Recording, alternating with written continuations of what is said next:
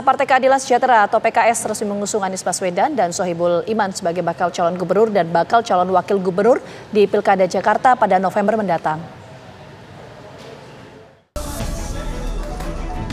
Partai Keadilan Sejahtera atau PKS resmi mengusung Anies Baswedan dan juga Sohibul Iman untuk maju di pemilihan gubernur November mendatang. Padahal sebelumnya PKS juga sempat menyatakan mengusung Sohibul Iman yang merupakan kader PKS sebagai bakal calon gubernur Jakarta. Namun menurut Presiden PKS Ahmad Saiku, PKS akhirnya lebih memilih mengusung Anies Sohibul setelah mendengar aspirasi dari Dewan Pimpinan Wilayah PKS serta pihak-pihak lain di Jakarta. Saiku menambahkan, PKS mencoba realistis setelah mendengar aspirasi dari berbagai pihak. Muhammad Sohibul Iman ini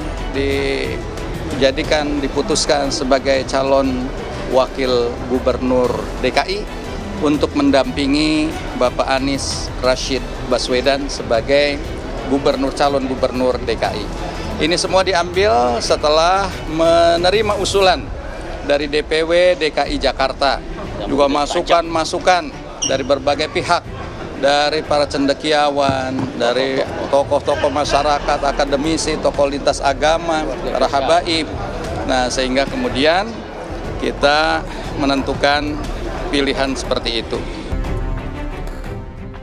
Sementara itu, Sohibul Iman menyatakan siap berkompetisi dalam Pilkada Jakarta 2024 sebagai calon wakil gubernur mendampingi Anies Baswedan. Dirinya siap bertarung secara sportif dan secara fair. Ada masalah dalam pertandingan, nggak usah takut dong untuk pertandingan, ya kita bertanding aja. Pede nggak Pak? Pede nggak Pak kalau nanti dibentuk sama tim? Insya Allah kita siap bertarung secara sportif, ya, secara fair, ya insya Allah. Kan nanti siapapun yang jadi kan sebetulnya kan itu buat rakyat Jakarta kan, kebaikan buat rakyat Jakarta kan. Pencalonan Anies Sohibul Iman ditanggapi beragam oleh partai politik lainnya.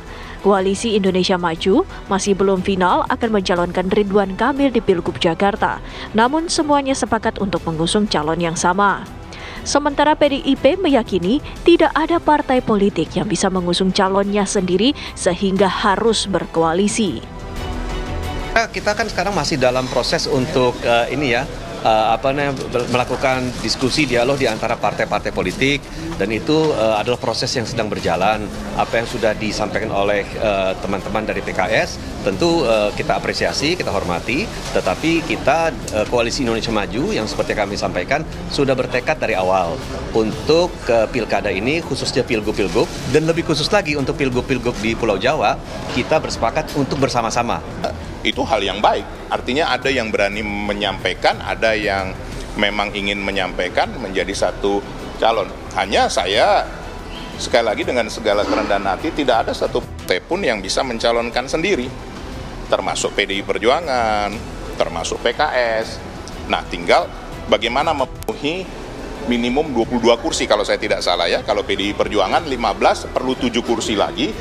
Kalau PKS kalau saya tidak salah 18, masih perlu 4 kursi lagi. Nah, setelah mengusung Anies Sohibul, PKS kini berusaha berkomunikasi dengan PKB dan Nasdem dan partai lainnya agar sepakat dengan calon yang diusung PKS.